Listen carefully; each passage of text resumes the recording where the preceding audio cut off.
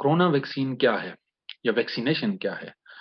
Vaccine یا vaccination لوگوں کو نقصان دہ بیماریوں سے بچانے کا ایک محفوظ اور مؤثر طریقہ ہے، اس سے پہلے کہ لوگ اس بیماری میں مبتلا ہو جائیں۔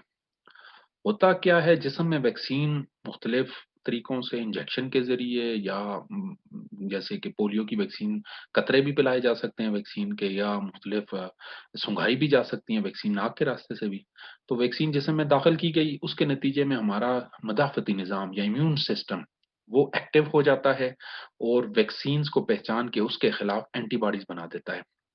یاد رہے کہ ویکسین میں جو جراثیم، جو بیکٹیریا یا وائرس جو استعمال کیے جاتے ہیں، یا تو وہ ہلاک شدہ ہوتے ہیں، کلڈ ہم بولتے ہیں، یا کمزور ہوتے ہیں، ان ایکٹیویٹڈ ایٹینیویٹڈ ہوتے ہیں۔ کلڈ، ان ایکٹیویٹڈ یا ایٹینیویٹڈ ہلاک شدہ یا کمزور شکلیں ہوتی ہیں جو اس قابل نہیں ہوتی کہ بیماری کا باعث بن سکیں، اس لیے ویکسینز محفوظ ہوتی ہیں۔